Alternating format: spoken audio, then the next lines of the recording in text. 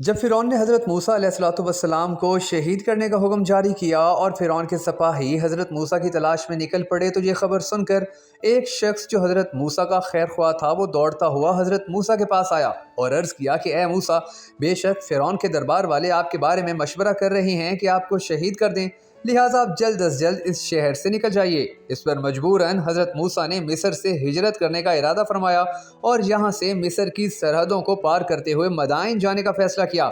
Madain वो मकाम था कि जहाँ हज़रत शुएब अलैहिस्सलाम रहा करते थे।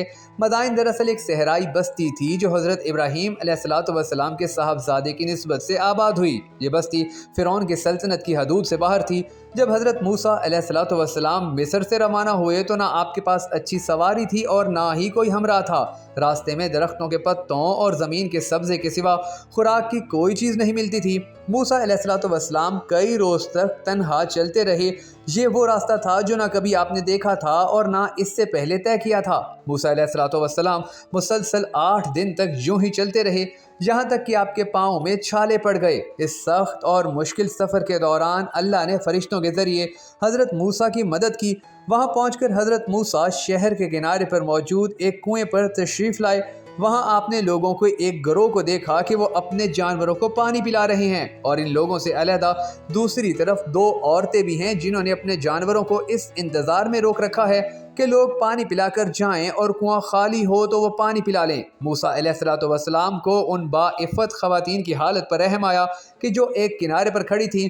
मजलूमों को जुल्म से बचाना हज़रत मूसा की फितरत थी। लिहाजा हज़रत मूसा अलैहिस्सलाम आगे बढ़े और कुएं के करीब गए। आपने वहाँ पर मौजूद चरवाहों को पीछे धकेल दिया और कहा कि तुम कैसे लोग हो, अपने सिवा किसी और की परवाह ही नहीं करते।